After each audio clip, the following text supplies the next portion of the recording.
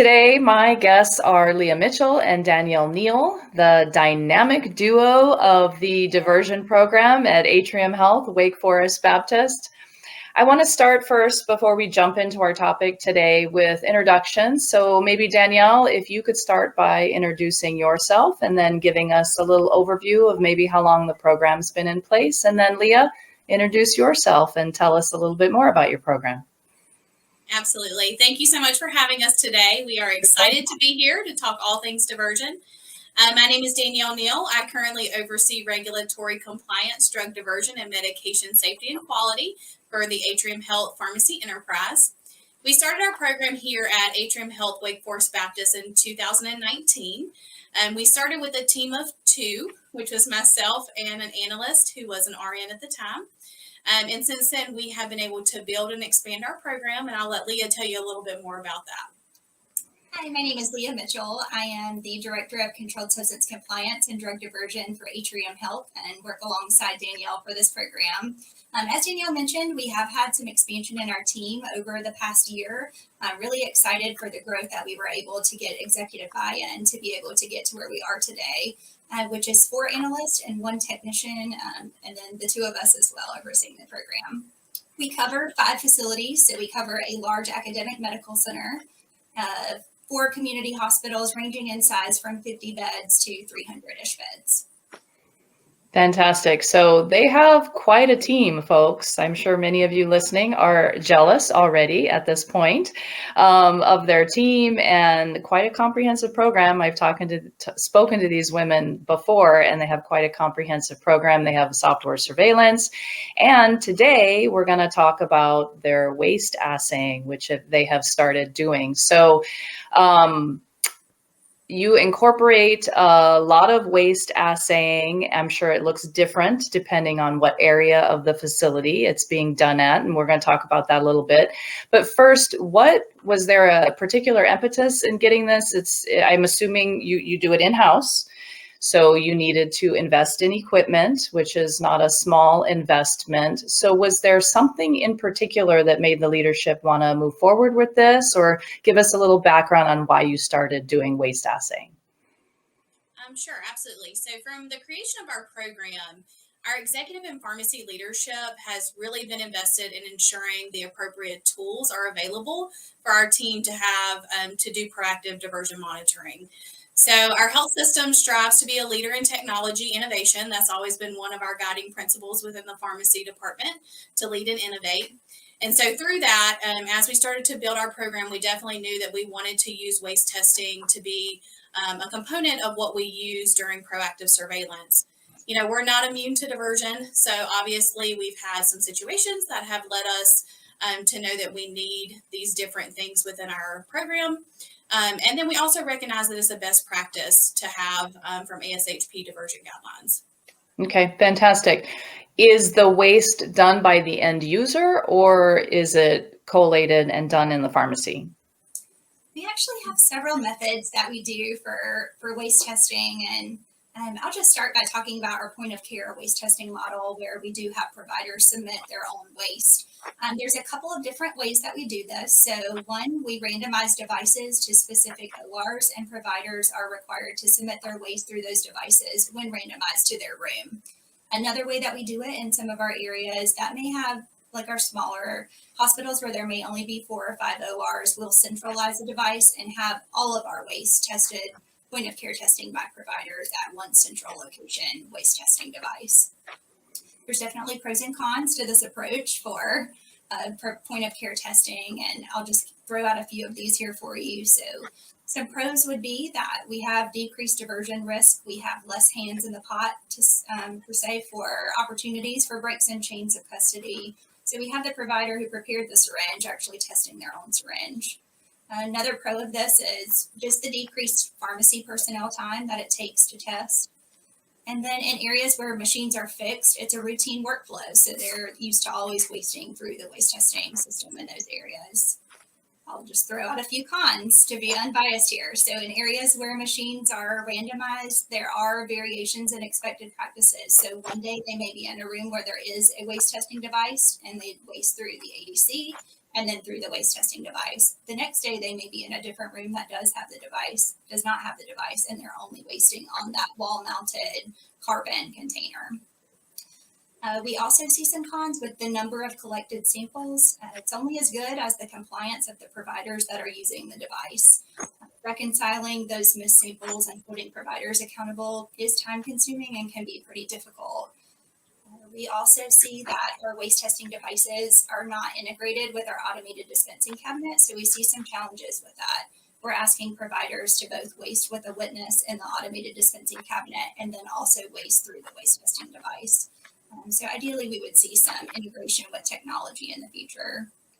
And then obviously, we recognize that self-submission of waste allows for potential workarounds for diverters to think about ways to circumvent the processes for their waste testing process. Sure. Okay. That makes sense.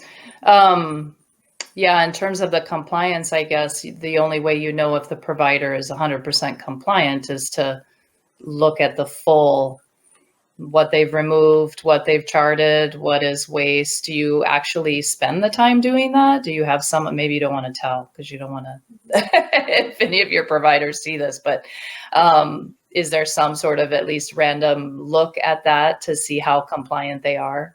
Yeah, we definitely do audit that, and we audit it every month. And we do have a dashboard that we put out to their leaders to show where the compliance rate is from the providers. And if we see a trend in providers that are not submitting their waste multiple times over and over, then sometimes that can be a red flag for us to start an investigation. So we do use it in that way as well. Okay. The second way that we collect waste, and this is typically the most interesting way, people always have lots of questions around this one, is we do a random syringe collection mid-case. So our pharmacy personnel, typically a pharmacist, but it could be a technician as well, will enter an OR room mid to late case and collect any controlled substance syringes that are remaining for testing. We do have pros and cons to this approach as well. Some of the pros is this allows for some unpredictable collection. So the providers don't know that we're going to walk into the room and say, hey, we need your syringes. So when we get them back to the pharmacy, we can say, we should have 100 mics and we only have 50 here. Like, what's the variance? What's going on? Because we have closed loop software, our anesthesia on our anesthesia workstations, we have a method to transfer the waste. So when we go into the room, the anesthesia provider will transfer it to the pharmacy personnel to maintain a closed loop there. And then also, this was recommended by our anesthesia leaders. They wanted us to do this method. They said that they wanted it to be unpredictable and they wanted their people on their toes so that they never know when their waste could be collected as a deterrent for diversion. Some of the cons we have is mid-case interruption.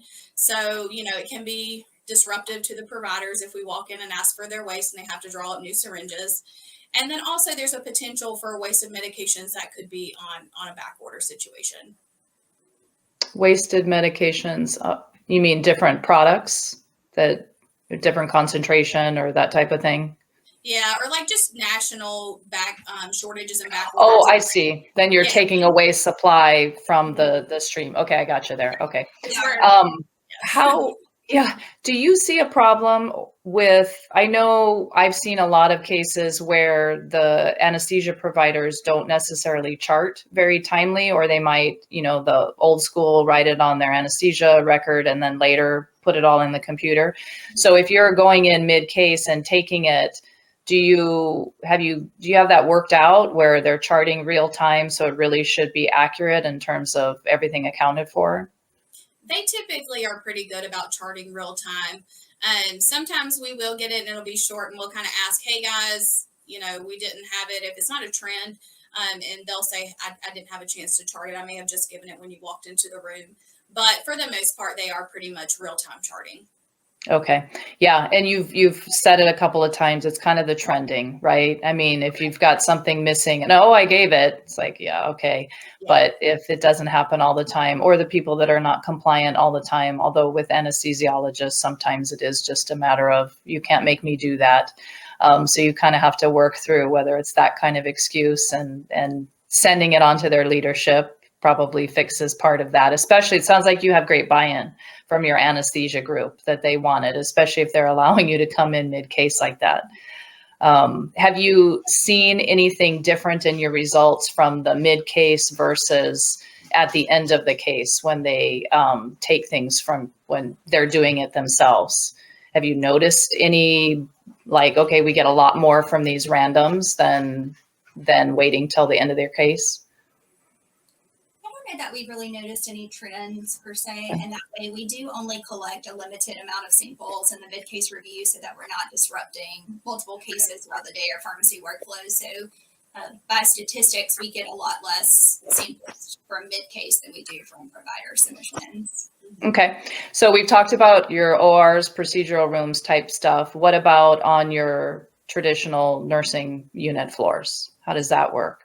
Sure. So we don't have any devices right now that are randomized to our traditional units, but I'll tell you a few examples of how we do incorporate some testing from those areas.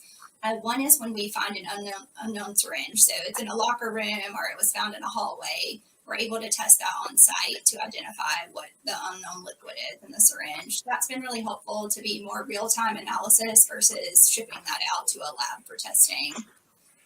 We're also able to test if we believe that a syringe has been tampered or relabeled. I'll give an example of maybe an infusion that's hanging that someone has some suspicion that it might have been substituted. We're able to test that from the floors. We've also, I'll just share an example of something that has come up before. So we're able to see a user on a nursing unit via our cameras wasting inappropriately into a sharp spin. And as part of an investigation, we're able to pull that sharp spin down and then test the contents of those syringes. So we have used it on our nursing units in specific scenarios. Ideally, we would love to implement this in some of our higher risk areas like ED. Sure. Okay. Yeah. So everybody, did you catch that? They have cameras too.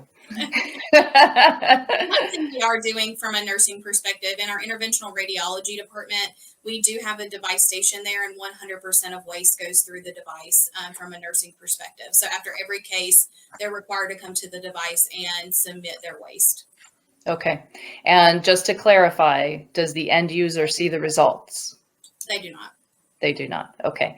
So that comes up on a dashboard of some sort, and then your analysts are reviewing that for results and trends and that type of stuff, right? Absolutely. Okay. All right.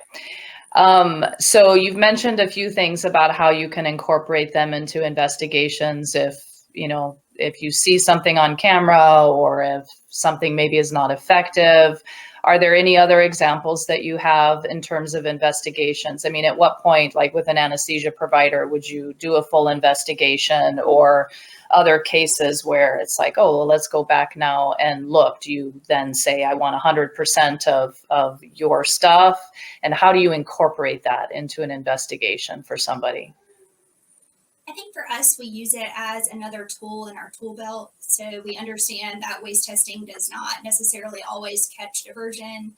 We know that diverters are smart. They can develop those workarounds, like I mentioned, but it does give us another data point for analysis and direction. So if I can see through a case that their waste testing syringes are passing, but that individual is still several deviations higher than their peers in dispensing, for example, that might lead our investigation in a very different way. We may be looking more closely at patient condition. So after charting, do we see those changes in condition that we anticipate? Sure, that makes perfect sense. What are some things that you have found since implementing your waste assaying? Have you found any patient safety issues? Has it led you to discover a diversion case? What have you found? Because many times we find something different than what we thought we were going to find. I think we found a lot of things. Some of the stuff we didn't know, as far as we had providers, mixing syringes. And from a medication safety standpoint, we shouldn't be doing that. So when they were ran through the assay, they came back as wrong. Like there wasn't what we thought was in the syringe, but it was because they had mixed it with something else. We have found that they're labeling things incorrectly. Again, a medication safety problem. We have used it to detect diversion, of course, but again, through trended analysis. So had a provider fail, checked it, it might have been a contamination or they mixed something, they failed again. Same thing. We'd already talked to them about not doing it. Failed again. What's the problem? Why is the concentration wrong? And so from that point, we can open an investigation and able to find diversion that way. One thing that we didn't mention is we do have a third type of waste testing and collection that we do. At some of our smaller facilities, they do 100% collection and waste testing of all syringes from the OR. So 2 people go and collect from the bin, they bring it back to the pharmacy, they reconcile it against a report, and then run 100% of their syringes through the device.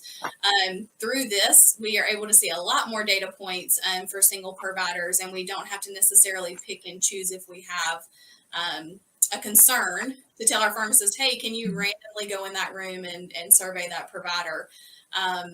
We are able to see all their data points. And so it's not just a couple here and there that we're able to get the other ways. So yeah, there's multiple things we found. Again, we found bad practice, we found diversion. Like Leah said, it's not really a fail-safe to find diversion, but it is a tool that you can use in your tool belt.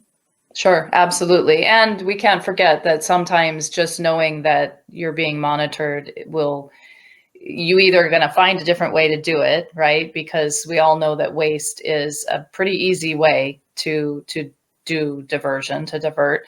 But if you know it's being assayed, or your chances are pretty high that you're going to be assayed, then you either decide, let me do this differently, which then might make it easier for you to catch based on the data, the other data that you're seeing, or it's just, I can't get away with it here. And so I'm not even going to try. I'm not even going to start. And that's, often how I spoke to somebody once, and she realized there's so much waste here. And that's kind of how she got started, right? So you've already taken that off the table for people if they know they're being looked at. Now, you've mentioned some limitations with the equipment, that it's not connected to the ADC station, and so people have to do it in 2 places. Are there any other limitations with the equipment that you wish could be improved or changed? I would say some of the challenges that we have, we're really relying on network connectivity for these devices. And as you know, all automation fails from time to time.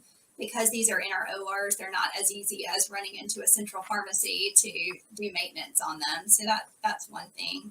They do need to be periodically cleaned. So that's just a workflow that we have to work through sometimes. Always at an inconvenient time when one needs to be cleaned, of course. And then there's things that we have given feedback on to our vendor that we would love to see improvements or enhancements on. And we're really fortunate to have a good partnership with them to get some of those things worked on that we asked for. Good, excellent. So are you it's the pharmacy or your group that's trained to clean the machines? Yes, and we did that specific because there are some very important pieces of the machine that we don't want other people to be putting things through, and we want to make sure they use the appropriate cleaner. So right.